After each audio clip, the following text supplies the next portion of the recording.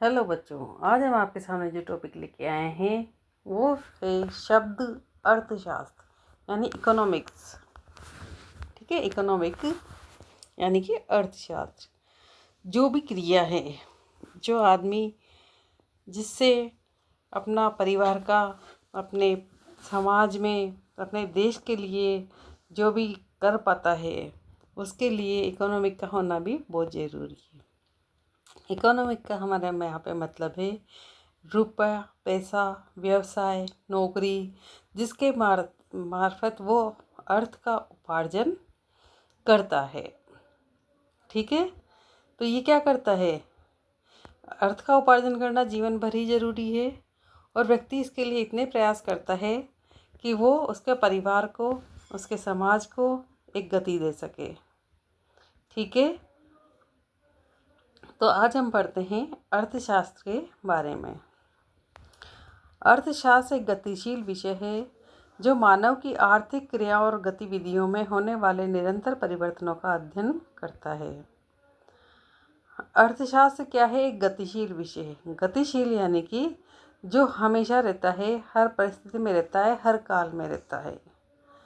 जब भी मानव था तभी मेहनत करता था और आज का मानव भी मेहनत करता है।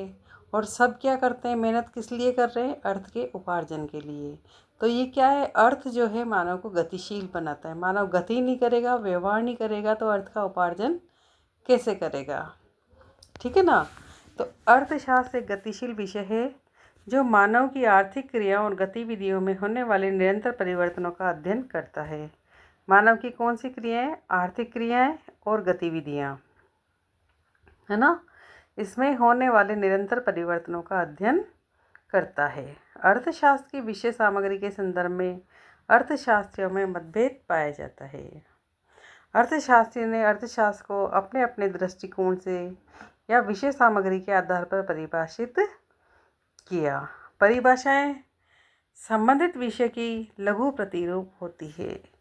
परिभाषा में क्या पता चलता है हमें कि जिस विषय को हम पढ़ने जा रहे हैं उसकी थॉट क्या है। ठीक है, प्रत्येक अर्थशास्त्रियों ने अपनी परिस्थिति व परिप्रेक्ष्य के आधार पर अर्थशास्त्र को परिभाषित किया है। इन मतभेदों के कारण ही श्रीमती बारबारा बूटन ने व्यंग करते हुए कहा है कि जहाँ 6 अर्थशास्त्री होते हैं वहाँ 7 मतभेद होते हैं। क्या होते हैं? जहाँ पर बारबारा बूटन ने क्या कहा है कि जहाँ पे 6 अर्थशास्त्री इकट्ठे हो गए वहाँ 7 मत होते हैं ना। मतलब कि अर्थ के संबंध में जितनी भी व्याख्या की जाए वो कम है। ठीक है, अगले अर्थशास्त्र की ओर चलते हैं। प्रोफेसर किन्स इस संदर्भ में लिखते हैं कि अर्थशास्त्र ने परिभाषाओं से अपना गला घोट लिया है। अर्थशास्त्र क्या है? अर्थशास्त्र ने परिभाषाओं से अपना गला घोट लिया है। इसका मतलब है कि इतनी परिभाषाएं हो गई है कि अभी जज करना मुश्किल है कि कौन सी परिभाषा को मान्यता दी जाए, है ना। तो अर्थशास्त्र ने परिभाषाओं से अपना गला घोट लिया है। प्रोफेसर जैकब वाइनर ने तो यहाँ तक कह दिया कि जो कुछ भी अर्थशास्त्री कहते हैं वही अर्थशास्त्र है। जैकब वाइनर ने क्या कहा कि जो कुछ भी अर्थशास्त्री कहते हैं वही अर्थशास्त्र है। अर्थशास्त्र की परिभाषाओं को 5 बड़े भागों में विभाजित किया गया है। धन प्रदान की परिभाषा, जहाँ अर्थ शब्द आता है वहीं धन उसका अर्थ निकलता है। धन प्रदान परिभाषा ये किसने दी थी? एडम स्मिथ, वाकर, जे स्मिल, जेबीसे, जेवंस आदि ने कैसी परिभाषा दी है? धन प्रदान परिभाषा। दूसरे नंबर पे जो अर्थशास्त्र को लिया गया है उन्होंने दी है कल्याण प्रदान परिभाषा। Marshall, Pigou, Ely, Cannan, Beveridge आदि, इन्होंने कल्याण प्रदान परिभाषा दी है। तीसरे नंबर पे आते हैं दुर्लभता प्रदान परिभाषाएं, है ना। Professor Robbins, Lerner, Eric Roll, Wicksteed, Macfie आदि। आवश्यकता विहीनता की परिभाषाएं। Professor JK. मेहता, इन्होंने आवश्यकता विहीनता की परिभाषा दी है। नवीन दृष्टिकोण, आधुनिक दृष्टिकोण। सैमुअल हेनरी स्मिथ, हिक्स, सेठ, बॉल्डिंग्स, इन्होंने नवीन दृष्टिकोण दिया है अर्थशास्त्र के बारे में।